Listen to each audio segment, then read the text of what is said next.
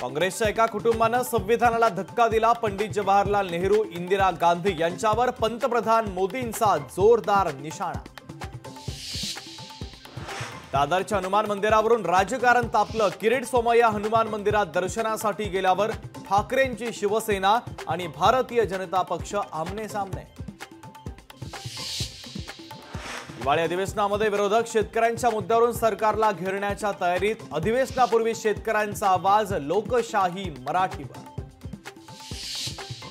नागपुरात राजकीय घडामोडींना कमालीचा वेग। 15 तारखेला मंत्रिमंडळाचा विस्तार, तर 16 डिसेंबर पासून नागपुरात हिवाळी अधिवेशन। विरोधी पक्षनेते पदावर विधानसभेच्या नियमानुसार निर्णय होईल। लोकशाही मराठीच्या क्रॉस फायर या विशेष कार्यक्रमात विधानसभेचे अध्यक्ष राहुल नार्वेकरांचं मोठं विधान। दीपक केसरकर आणि तानाजी सावंतांची मंत्रिपदासाठी धडपड सुरू। केसरकर आणि सावंत काल त्यांची 5 तास वर्षा बंगल्यावर चर्चा। मात्र दोन्ही नेत्यांना मंत्रिमंडळामध्ये स्थान नाही, सूत्रांची माहिती। कोकणातून भाजपचे नितेश राणेंना संधी मिळण्याची शक्यता। बीड परळीतून पंकजा मुंडे तर गोपीचंद पडळकर आणि माधुरी मिसाळ यांचीही मंत्रिपदी वर्णी लागण्याची शक्यता।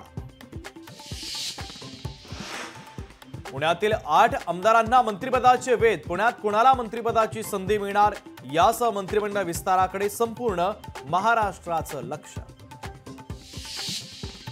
भाजपला बाळासाहेबांनी हिंदुत्व शिकवलं। हिंदुत्व दाखवायचं असेल तर भाजपनं दादरच्या हनुमान मंदिरात यावं। खासदार संजय राऊतांचं भाजपला आव्हान।